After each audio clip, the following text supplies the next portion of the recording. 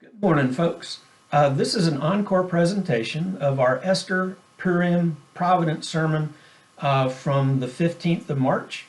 I'm kind of recording this for you because a lot of you had already begun sheltering in place at that time. And frankly, for me, it was just an enjoyable sermon to prepare and deliver. Also because its topic is very timely to where we are and what's going on around us even now. A few housekeeping notes before we get into it. The church leadership is paying attention to what's coming out of Richmond and the local health department as we make decisions with what to do with the church meetings and being open. And we understand that a lot of you are going to be sheltering in place no matter what. So probably this will be the prime medium of communication back and forth for a while. That's okay. I've got this sermon coming up. Lord willing, the next couple of days I'll be posting a sermon for Sunday morning, and also, Lord willing, some Bible study material so that you can use this time to get into stuff and just kind of broaden your biblical understanding a little bit. One of the things that unfortunately I do need to bring up to you is we're not being able to get together and take up a collection, and yet we've still got bills to meet and things to do here around the church house. Two things you can do to help with that. One, mail in your normal contribution check. Acorn Christian Church, 1570 Virginia Avenue, Harrisonburg, Virginia 22802. Or go to our website and you'll find a tab there for online giving. That will allow you to just straight off your debit card and straight into the account, no fuss. It'll even generate a receipt back to you. One of the things that's really important is this Sunday, the 29th, is the 5th Sunday of the month. Our plans had been to take up a benevolence contribution, which of course we can't do if we're not together. The church has been meeting the needs of a couple of local families, so we do need your help to replenish that account. So if in addition to your regular contribution, you can either send us a check or go online and earmark those funds for benevolence, we'd be much obliged. Alrighty, well, that's the housekeeping bits. Let's share the Lord's blessing and get into today's lesson. May the Lord bless you and keep you. May the Lord make his face shine upon you and be gracious to you. May the Lord turn his face to you and give you peace in Jesus Christ. In his name, amen. All right, we're going to be in the next 25 minutes talking about the book of Esther. Esther is a fascinating book. For a lot of people, it was a troubling book for things that we'll circle back around and talk to at the end of the lesson. But I think as we go through it, we're also going to see that it's a timely book. There's a lot in it that's important for right now. So first, let's go through the cast of characters in this fascinating book to kind of wrap our minds around who we're dealing with and who we're talking about. All right, the first member of the cast that we need to talk about is King Xerxes I of Persia. And this is a powerful king. He is an arrogant king. He is prone to sudden decisions, and he's not always wise with those decisions. And that's going to come out in this story at several points as God uses that. The second member of the cast that we're going to meet is a queen named Vashti. We don't know a lot about her from history. We don't even know what happens to her ultimately. What we think we know is that she is the daughter of the last Babylonian king, Belshazzar, which makes her of a royal line. Belshazzar's grandmother was the daughter of Nebuchadnezzar. So there's this royal line that goes down through that. What we do know about her is she's a dutiful queen. In fact, if you read what's going on there in chapter 1, as her husband's throwing this big party for the men, she's throwing the same party for their wives. So she's doing her part to help her husband. She is noble in the sense of how she views herself and how she reacts to things around her. In fact, that's going to get her in a little bit of trouble. And she's a proud woman. We can understand that. The next member that we're going to meet of the cast is a Jew named Mordecai. Now, Mordecai is a loving family man. He is faithful and he is powerful. He is a member of the Persian government. We don't know what role he begins with, but we do know how it ends. And he's not somebody you want to trifle with. The next member of the cast we're going to meet is a girl named Esther or Hadassah. And she is the cousin that Mordecai is raising. She is humble. She is obedient, especially to Mordecai. And she's beautiful. That's how she gets to become queen. When the big beauty pageant takes place, she wins hands down. Then we meet a man named Haman. Haman is, for lack of a better word, the proto-Hitler, okay? He is an arrogant man. He's a schemer. He's always looking for how to increase his power. And interestingly enough for our story, he is an Amalekite. Not just any Amalekite, he is an Agagite. Now, what does this mean? All right, well, if you go back into Exodus, as Israel is coming out of Egypt, the Amalekites are the first people to oppose them. And this creates a permanent state of war between Israel and Amalek that will last and surface from time to time. During the days of King Saul, Agag is the king of the Amalekites. And Saul is commanded to go put an end to this problem once and for all, exterminate the Amalekites. This is what he fails to do. And of course, he brings back King Agag. Samuel the prophet puts Agag to death personally, but somehow some family of Agag survives, and that's how 700 years later we get this man named Haman. So you could say that in Haman, not only do you have this proto-Hitler, but you have this guy who has a 700-year, almost 1,000-year grudge against Israelites and Jews.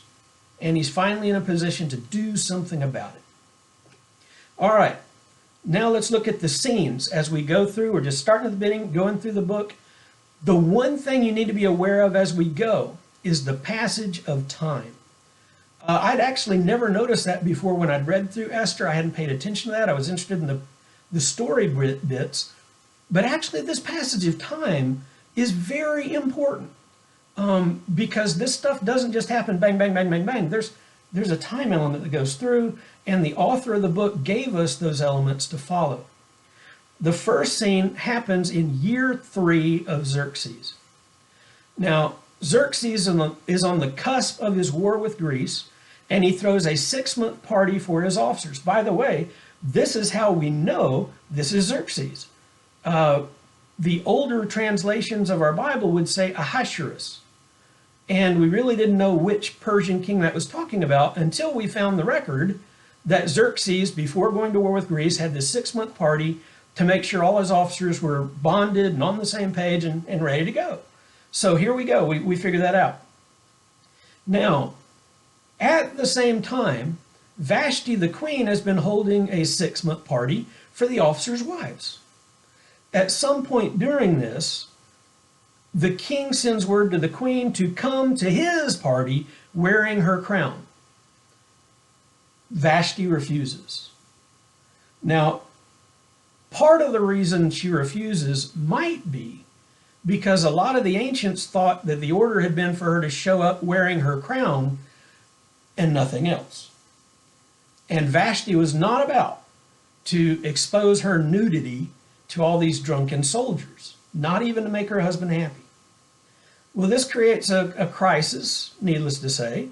The men of the kingdom are afraid to lose all authority and power in the eyes of their wives, and so Vashti is deposed. We hope that's all that happened. We really don't know if she was put to death or anything else. We do know, though, that once she was deposed, that was it. Because the laws of the kings of Persia, that was permanent. You can't go back on it. So she loses her place as queen. Scene 2, year 7 of Xerxes. 4 years has passed. The entire Greek war, which, by the way, did not go well. This is where we get our great stories of Thermopylae and the 300 and the great naval battle at Salamis and the wooden walls that saved the Greeks from the Persians. Utter disaster for Persia. Filled with disappointments, the king is missing his queen. So let's get a new one. So they send out to the empire, have this great beauty competition that lasts for quite a while, and Esther Hadassah, who has been raised by her cousin, wins out over the most beautiful women in the empire. One thing you must understand, though, her identity as a Jew has been carefully hidden. So now you have a Jewish queen that nobody knows is a Jew. Scene 3, also year 7 of Xerxes. Mordecai, Esther's uncle, is out in the palace grounds, and somehow, we're not sure how, he overhears a plot to kill the king. Now, this is shocking to us, but in Persia, not really. Most of the kings of Persia suffered at the hands of assassins. There was something about the Persian kingdom that had a little bit of Klingon in it. That if you thought the king was weak, you thought he'd made a failure of himself, you thought he couldn't go on, well, they didn't like you killing him, but if you pulled it off, nobody was really going to stand in your way if they thought you could be the next king. Well, Mordecai overhears this plot from 2 of these officers, sends word to Esther. Esther tells her husband, the men are arrested, put to death, and this is important, the story is then written down in the court records. Scene 4. Sometime after year 7 of Xerxes, Haman is promoted to first minister of the king. He is now the prime minister of Persia. He wears the king's signet ring. He can make law. Probably due to the ancient enmity between Israel and Amalek, anytime Haman's going in and out of that courtyard where the other rulers are, everybody bows because the king has ordered it, but Mordecai does not. This doesn't go down well with Haman. Scene 5. Year 12. 5 years has passed. 5 years of going in and out as the king's prime minister, and that stiff-necked Mordecai never bowing down. Haman has had enough. So he plots to kill all the Jews in the empire. He's going to fulfill his birthright as an Amalekite, as an Agagite, and get revenge on them, destroy them all. He offers the king a huge bribe, which we think the king refuses. Haman offers the king 700 talents of silver. Now, according to the Greek historian Herodotus, the entire annual receipts of all taxation in the Persian Empire at that time was only 780 silver talents. So basically, Haman is saying, look, I will fund the entire government for the better part of a year if you'll let me do this. Again, we don't know if the king accepts the bribe or not. What we do know is that the king does give Haman the power to do this. So Haman casts the pur, the lot. Pur is an Akkadian word, and that is where you get the name of the festival that comes out of this book, Purim, the lots. Well, Haman casts the lot. It falls on the 13th day of the 12th month. Now, having established this, having released the edict, Haman and the king go off to party, to celebrate. Everybody else, though, is thrown into confusion. Why would you exterminate an entire population that's in your empire? Scene 6, year 12 of Xerxes. Having heard this edict, Mordecai sets himself to mourning outside the palace. He wears sackcloth and he wails. Now, by the king's command, nobody's allowed to go into the palace to mourn.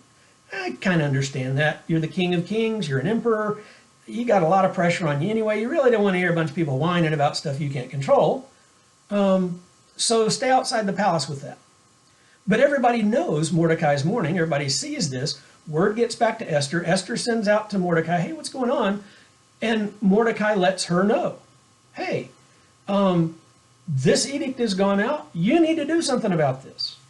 Now, at first, Esther is resistant. Remember, nobody knows she's a Jew. Nobody knows she's part of this edict. And what Mordecai's asking her to do is dangerous. I mean, she became queen because the other queen got fired. She doesn't want to go the same way. And that's when Mordecai gives her the words that are kind of the backbone of the book of Esther. If you keep quiet now, help and freedom for the Jews will come from another place. But you and your father's family will all die. And who knows? Maybe you've been chosen to be the queen for such a time as this. Esther, if you don't help, God will find a way to save his people, but he won't save you. On the other hand, look at the blessings you've received. Maybe all of that's so you can be the instrument of salvation. So Esther sends word back to Mordecai, okay, but I want you and everybody in the Jewish community of Susa to be fasting and praying for the success of this. Scene 7. On the third day, year 12 of Xerxes, in violation of royal law, Esther goes to see the king. Now, again, this is important. King's a busy guy. King's got a lot of stuff to do. And so there's a rule over the court in Persia. You don't just barge into the king's presence. You must either be invited, or if you do barge in, the king has to acknowledge your presence by dipping the scepter towards you. If he doesn't dip the scepter towards you, you're dead. Well, for the benefit of Esther and the Jews, when she goes to see the king, he accepts her, asks her what she wants, up to half the kingdom. And Esther said, look, I prepared a party, and I just want you and Haman to come right now and enjoy that with me.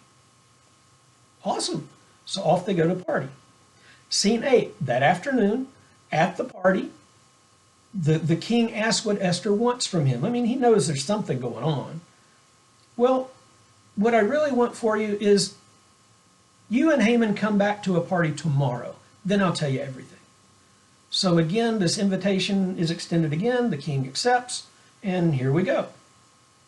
Scene 9, that afternoon, as Mordecai is leaving the party, as Haman is leaving the party in the courtyard, he again encounters Mordecai, who again refuses to bow. And this kind of just ruins Haman's day. I mean, he's just had this party with the king and the queen. He's personal invitation. He's got another personal invitation coming, and yet, here's Mordecai.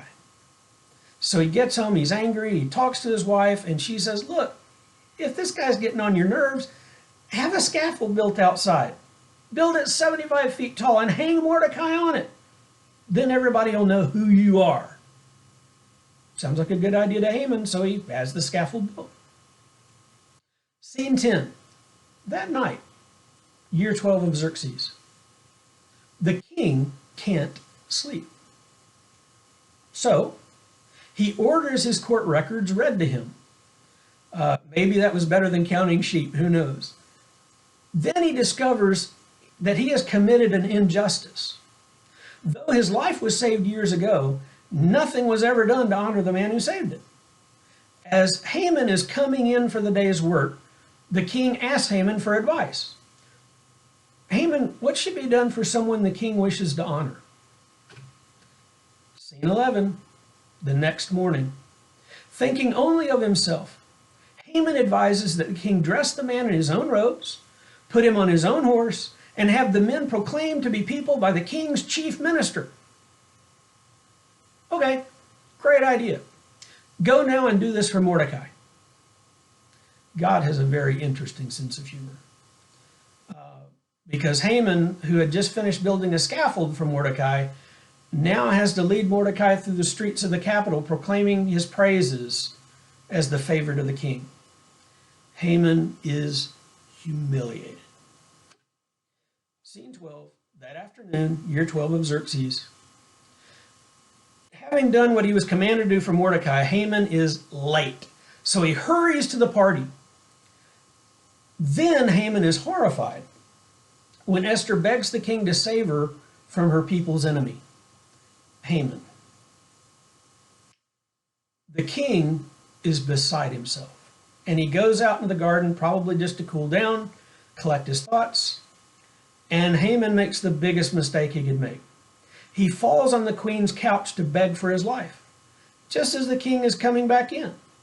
And the king thinks he's attacking the queen, has Haman killed and hung on his own gallows.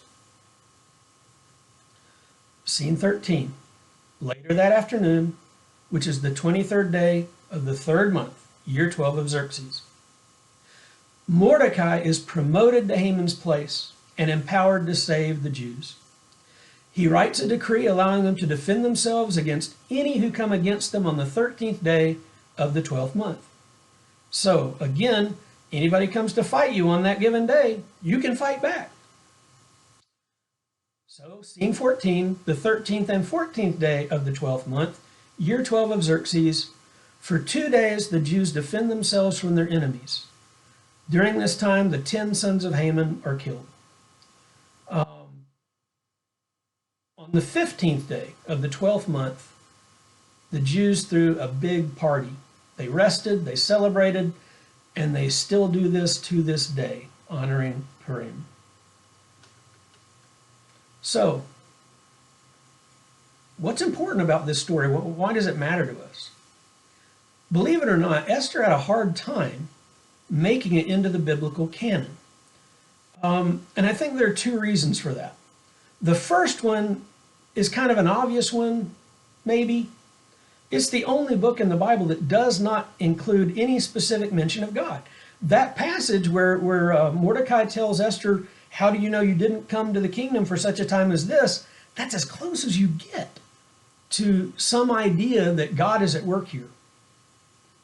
I think that there's a second reason at play that people don't like to mention.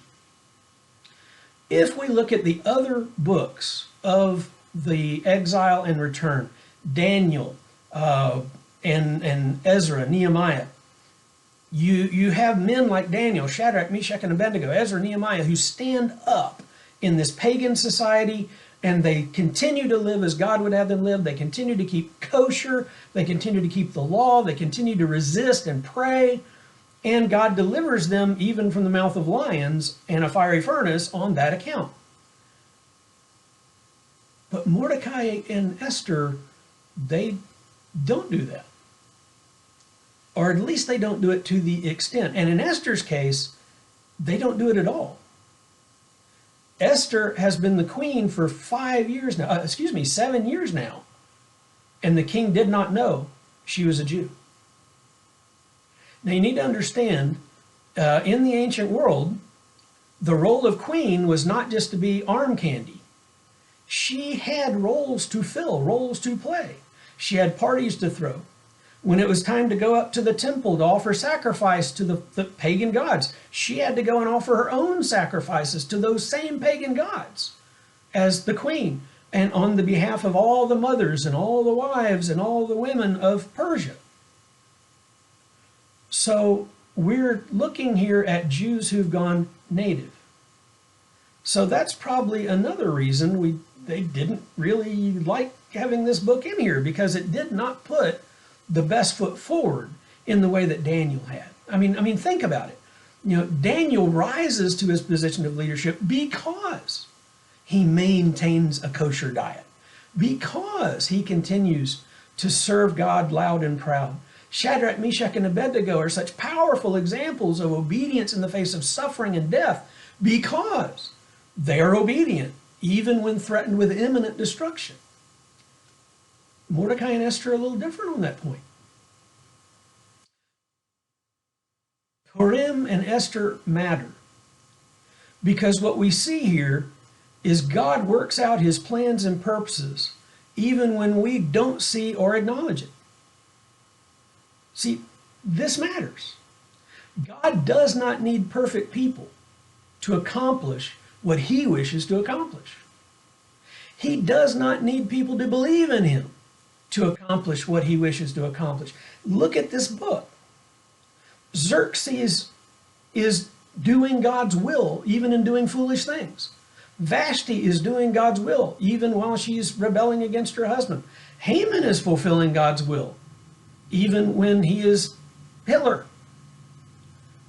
So God's able to do things even when people don't believe in him. He's still able to use them.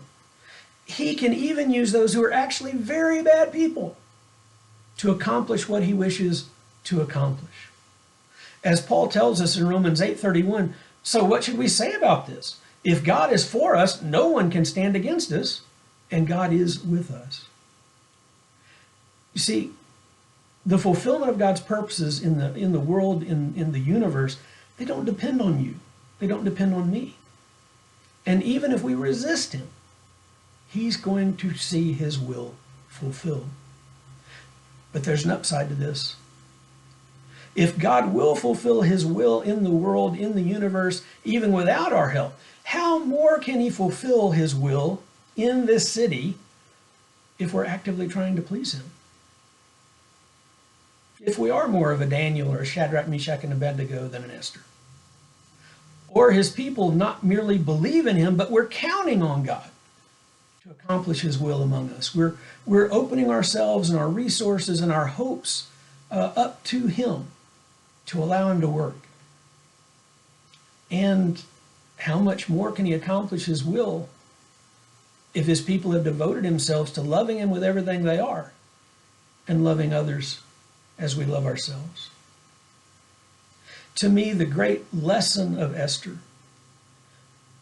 is that we have this opportunity to put ourselves at the disposal of God to see his will accomplished, to see lives changed in this city, to see lives changed in this state, in this country, in this world.